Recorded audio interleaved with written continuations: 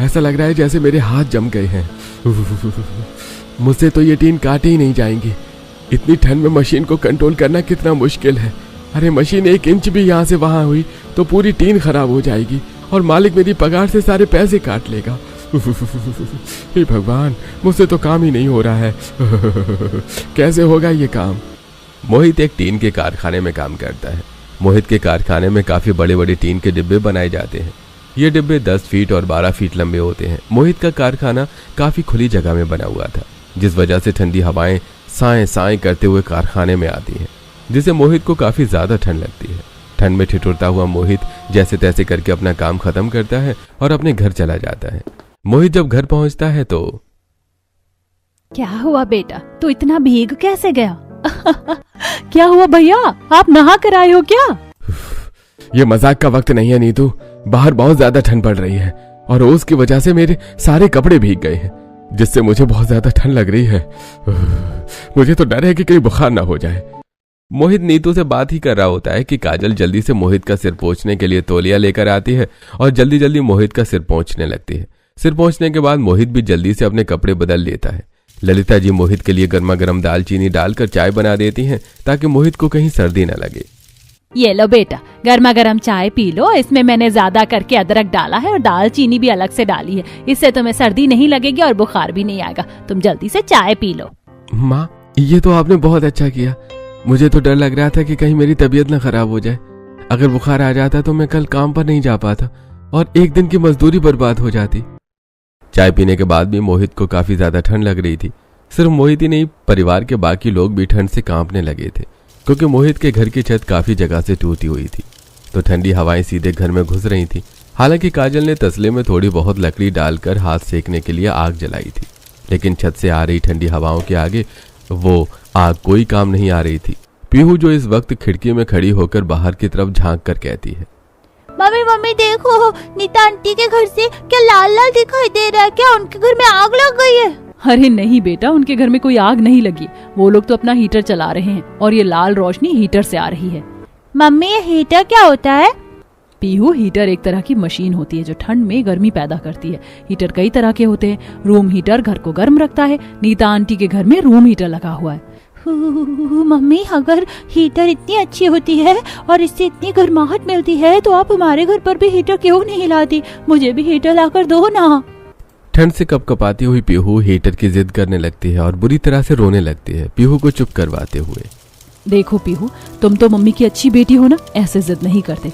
अभी हमारे घर के हालात ठीक नहीं हैं। जब हमारे घर के हालात ठीक होंगे तो हम अपने घर पर हीटर ले आएंगे। चलो अब तुम रोना बंद करो। इस तरह बहला फुसलाकर काजल जैसे तैसे पीहू को समझाती है और उसकी बात को टाल देती, क्योंकि काजल के घर की हालत बहुत खराब थी। ससुर की तबीयत ठीक नहीं थी। घर पर खाने वाले 7 लोग थे और कमाने वाला अकेला मोहित। मोहित को भी टीन के कारखाने में बहुत कम तनख्वाह मिलती थी, जिससे घर की बहुत मुश्किल से चलता था। मम्मी मम्मी, मुझे भूख लगी है, जल्दी से खाने को कुछ दो ना। हर इन सारे चक्करों में मेरे दिमाग से ही निकल गया कि घर में राशन खत्म हो गया है। घर में बनाने के लिए अनाज का एक दाना भी नहीं है। मोहित जी, आप किराने की दुकान पर जाकर थोड़ा राशन ले आइए ना। क्या काजल, अभी तो मैं बस ठंड में कांपता हुआ घर आया हूँ और तुम हो कि फिर से मुझे बाहर भेज रही हो। अब क्या करूं मोहित जी, घर में सारा अनाज खत्म हो गया है और मेरे पास पैसे नहीं है कि जाकर राशन ला सकूं। इसीलिए आपके आने का इंतजार कर रही थी। पापा, जल्दी से राशन लेकर आओ ना। हमने सुबह से कुछ नहीं खाया है, बहुत जोरों की भूख लगी है। मुझे अब भूख बर्दाश्त नहीं हो रही है। बच्चों, रोना बंद करो, मैं अभी जल्दी से जाकर राशन लेकर आता हूँ। मोहित ठंड में कांपते हुए जल्दी जल्दी किराने की दुकान पर जाता है और जो थोड़े बहुत पैसे उसके पास थे उसी से वो घर के लिए राशन खरीद लेता है। मोहित राशन लाकर काजल को दे देता है।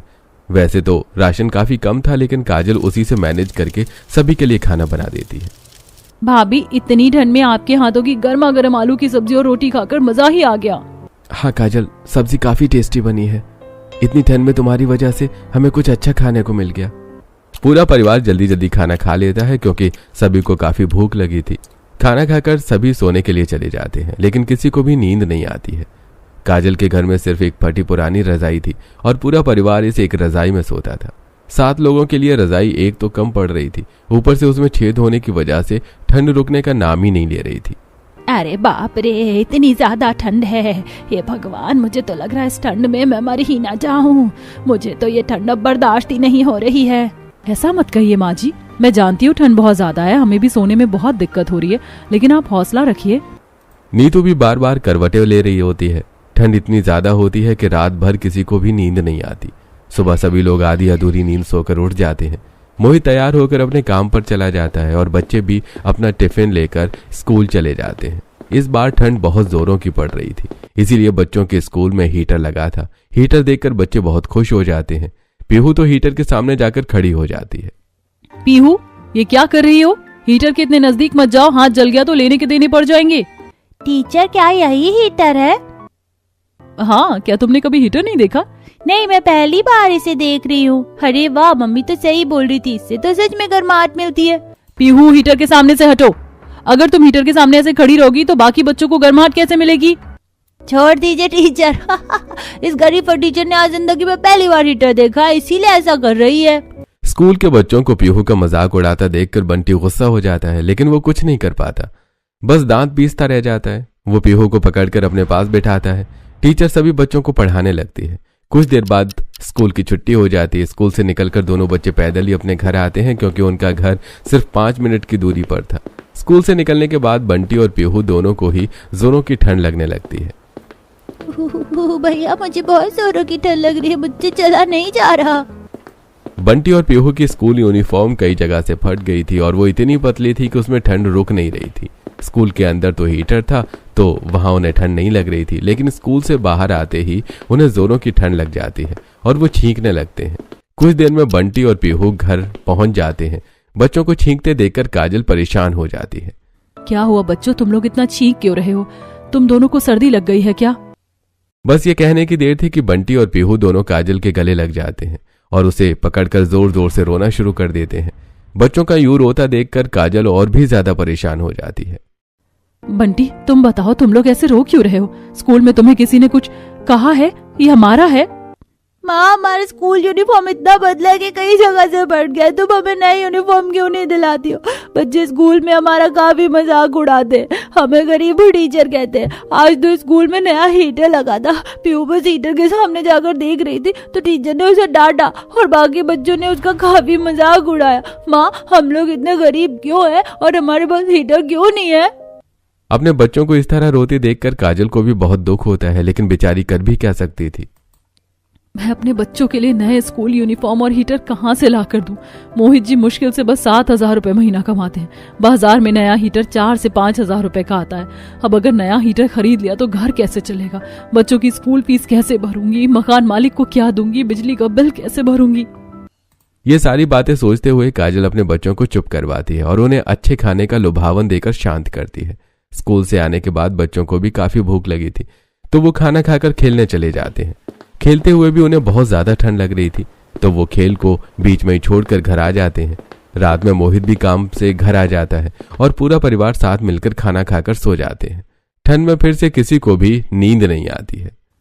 काजल बहू, तू एक काम क्यों नहीं करती? तसले में थोड़ी सी लकड़ी जलाकर रख दे, लकड़ी जलती रहेगी तो घर में गर्माहट बनी रहेगी। आप सही बोल रही हो माँ, मैं जल्दी से लकड़ी जला देती हूँ, आप सोइए।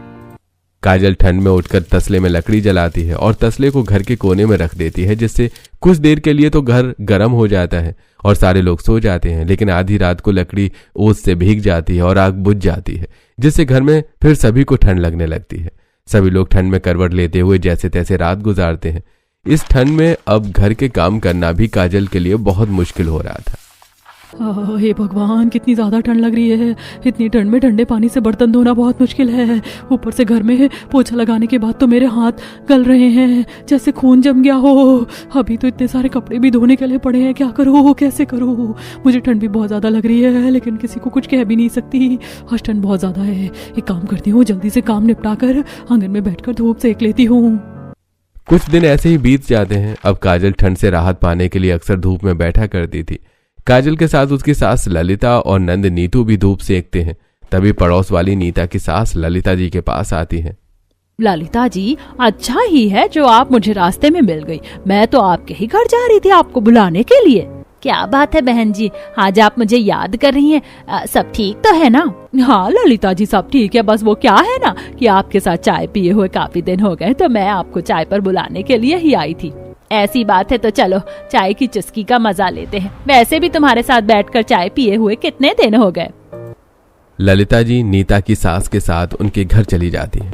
नीता की सास अपनी बहू नीता से चाय बनाने के लिए कहती है। नीता चाय बनाकर ललिता जी और अपने सास दोनों को चाय देती है। सास के कहने पर नीता हीटर भी चालू कर देती है।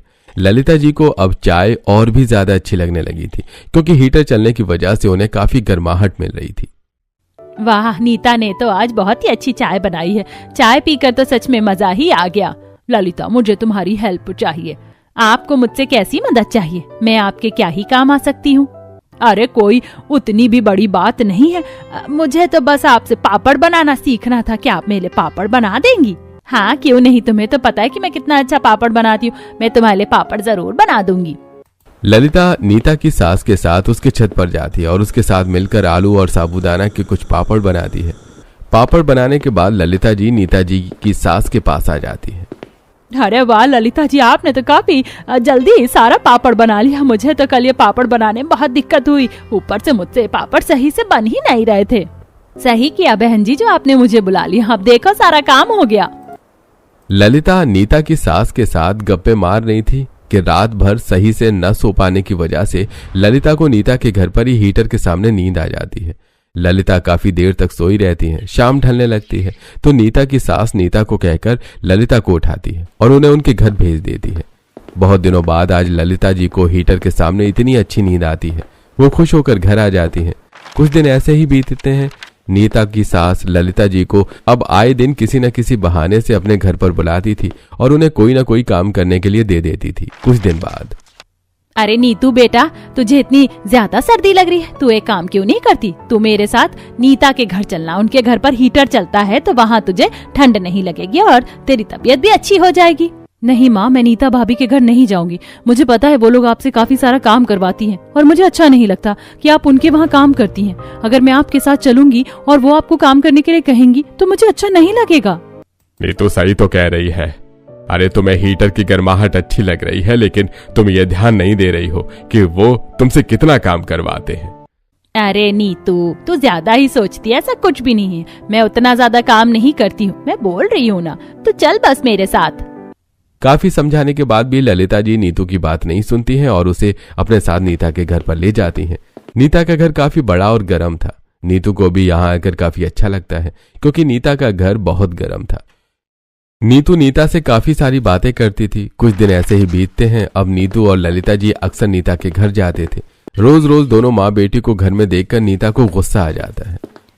क्या माँ जी, आजकल आप क्यों इन लोगों को इतना घर पर बुला रही हैं हीटर के सामने बैठने के लिए? देखिए ये लोग कैसे बेशर्मी से रोज हमारे घर पर आ जाते हैं। ऐसे ही चलता रहा तो वो दिन दूर नहीं जब इसका पूरा परिवार हमारे घर में आ धमकेगा। इसीलिए आप इन लोगों से बात कीजिए और इन्हें अपने घर जाने को कहिए। ठीक है बहू, मैं अभी इन लोगों से बात करती हूँ। जितना जल्दी हो सके मैं इन्हें जाने को कहती हूँ। नीता की सास को भी नीता की बात सही लगती है, क्योंकि अब नीतू और ललिता जी कुछ ज्यादा ही उनके घर पर जाने लगी थी। सारा दिन हीटर के सामने बैठी रहती, जिससे बिजली का बिल काफी ज्यादा आ रहा था। कैसी हैं बहन जी आप? आज चाय के साथ थोड़ी नमकीन हो जाए? नहीं बहन जी, आप अपने घर चले जाइए। आज हम कोई चाय वाय नहीं पियेंगे, ना हम हीटर के सामने बैठेंगे। हीटर चलाने से बिजली का बिल बहुत ही ज्यादा आता है। मेरा बेटा बहुत गुस्सा हो रहा था, उसने कहा कि अब दिन भर हीटर नहीं चलेगा, सिर्फ रात में ही हीटर चलेगा। आपके घर में तो हीटर है नहीं तो आपको ये बात समझ नहीं आएगी, लेकिन हम लोगों को तो देखना पड़ेगा ना। अब हम लोग आंगन में मिलकर ही बात कर लिया करेंगे। नीता की सास का इस तरह ललिता जी से बात करना नीतू को बिल्कुल पसंद नहीं आता है। वो समझ जाते हैं कि नीता की सास उन्हें घर पर और बुलाना नहीं चाहती है, क्योंकि उनका काम निकल गया है। इसीलिए वो बहाने दे रही हैं। नीतू ललिता जी को लेकर घर आ जाती है। नीतू और ललिता जी दोनों का चेहरा आज काफी मुरझाया हुआ था, अपनी सास और नंद को उदास देखकर। आज आप लोगों को क्या हुआ है? सुबह सुबह इतने उदास क्यों हैं आप लोग? भाभी, हम लोग कुछ दिनों से नीता भाभी के घर जा रहे थे और हीटर के सामने बैठे रहते थे, तो ये चीज नीता भाभी को अच्छी नहीं लग रही थी। इसीलिए नीता भाभी ने अपनी सास को बोलकर आज हमें अपने घर आने से मना कर दिया। नीता की सास माँ को ताने भी मार रही थी कि हमारे घर पर कोई हीटर नहीं है। अब तो बस हो गया, जिसे देखो वो एक हीटर की वजह से हमारी गरीबी का मजाक उड़ा रहा है। हम लोग गरीब हैं तो इसका मतलब ये तो नहीं है ना कि हमें ठंड में ठिठुरना पड़ेगा। मैं मानती हूँ हम लोग बाहर से हीटर नहीं खरीद सकते, लेकिन मैं कुछ जुगाड़ लगाकर घर पर तो हीटर बना सकती हूँ। काजल यही सब सोचती रहती है तो उसे एक आइडिया आता है। मुझे क्या गजब का आइडिया है, एक काम करती हूँ, बाहर जो लकड़ी के पटरे पड़े हैं उन्हें जोड़कर हीटर बना लेती हूँ। काजल अपने घर के आंगन में जाती है और वहां पड़े लकड़ी के पटरों को उठाकर घर ले जाती है। वो लकड़ी के पटरों को जोड़कर एक बॉक्स जैसा तैयार करती है। उसमें एक पुरानी लोहे की कढ़ाई रखकर उसमें कुछ लकड़ी और घास जला लेती है, जिससे कुछ ही देर में पूरा घर गर्म हो जाता है। काजल का ये हीटर देखकर ललिता जी, नीतू, बच्चे और हरीश जी काफी खुश हो जाते हैं। अरे वाह बहू, तूने क्या जुगाड़ लगाया है। वही तेरे इस हीटर की वजह से तो सच में ठंड भाग गई और इससे काफी आराम भी मिल रहा है। कुछ दिन काजल अपने जुगाड़ वाले हीटर का इस्तेमाल करती है, लेकिन उसमें एक बड़ी समस्या थी। उसे गर्माहट पाने के लिए बार बार उसमें लकड़ी डालनी पड़ती थी, जिससे काजल की नींद अक्सर रात में खराब हो जाती थी। काजल रात को बार बार हीटर में लकड़ी डालने से परेशान हो गई थी। मैंने ये हीटर बनाया था ताकि हम लोग सभी चैन से हीटर की गर्मी में सो पाए, लेकिन इस हीटर में लकड़ी डालने के लिए मुझे इतनी बार उठना पड़ता है कि मेरी नींद बार बार खराब हो जाती है। अब तो कुछ और ही सोचना पड़ेगा, इस जुगाड़ से मेरा काम नहीं होने वाला। खुद से ये बातें करते हुए काजल बाजार के लिए निकलती है। आज काफी ज्यादा ठंड थी तो उसे काफी ठंड लगती है। अरे आज फिर से इतनी ज्यादा ठंड है, ऊपर से मेरा जुगाड़ काम भी नहीं आ रहा है। हे भगवान, अब मैं करूँ तो क्या करूँ, और ये बाजार पता नहीं कब आएगा। आज तो ये रास्ता और भी लंबा लग रहा है। ठंड में परेशान काजल बाजार में सब्जी लाने जा रही होती है कि तभी अचानक उसकी नजर एक इलेक्ट्रीशियन की दुकान पर पड़ती है। इलेक्ट्रीशियन अपनी दुकान पर एक पुराना हीटर ठीक कर रहा था। वो हीटर खराब हो गया था, इसीलिए इलेक्ट्रीशियन पहले उसे खोलता है और फिर उसके कुछ पुर्जे को ठीक करता है। इलेक्ट्रीशियन हीटर में कुछ नए पुर्जे और पुराने पुर्जे लगाकर उसे फिर से असेंबल करता है। काजल दुकान के बाहर खड़े होकर यह सब कुछ देख रही थी। उसे काफी कुछ समझ आ जाता है कि हीटर काम कैसे करता है। इलेक्ट्रीशियन जब हीटर असेंबल कर देता है तब काजल उसके पास आती है और कहती है, भैया मैं आपको हीटर को ठीक करते हुए देख रही थी। आपको देखकर मुझे काफी कुछ समझ आया, लेकिन क्या आप मुझे बता सकते हैं कि ये हीटर बनता कैसे है और काम कैसे करता है? हाँ, क्यों नहीं, मैं आपको समझा देता हूँ। देखिए, हीटर के अंदर एक हीटर एलिमेंट होता है जो लोहे की रॉड की तरह दिखता है। ये रॉड नाइक्रोम का बना होता है जो बिजली के तार से जुड़ा होता है। जब बिजली इस रॉड्स में जाती है तो ये रॉड बिजली की वजह से गर्म हो जाती है और जिसके आसपास की हवा गर्म हो जाती है और फिर पूरे घर की हवा भी गर्म हो जाती है। थैंक यू भैया, आपने मुझे इतने अच्छे तरह से समझाया। इलेक्ट्रीशियन की दुकान से होकर जब काजल सब्जी खरीदने के लिए बाजार चली जाती है और सब्जियां खरीद कर घर आ जाती है तो काजल देखती है कि उसके घर पर 10 फीट लंबा टीन का डिब्बा पड़ा हुआ है। ये इतना बड़ा टीन का डब्बा हमारे घर पर क्या कर रहा है? अरे काजल, इस डिब्बे को मैं लेकर आया हूँ। आज इतनी ज्यादा ठंड लग रही थी कि मशीन चलाते हुए मेरे हाथ कांपने लगे, जिससे मुझसे टीन काटने में गलती हो गई। अब गलती हो गई है तो मालिक मेरे पैसे काटेगा, इसीलिए मैं इस डिब्बे को घर ले आया हूँ ताकि इसे भंगार में बेचकर थोड़े पैसे ही कमा लूंगा। ये तो बिल्कुल सही किया आपने। अगर आप ये टीन का डिब्बा नहीं लाते तो आपके मालिक खुद इस डिब्बे को भंगार में बेच देते और पैसे अपने पास रख लेते। इस तरह पगार भी जाती और हमें कुछ नहीं मिलता। आज ठंड पहले से ज्यादा थी, इसलिए आज सारे लोग खाना खाते हुए कांप रहे थे।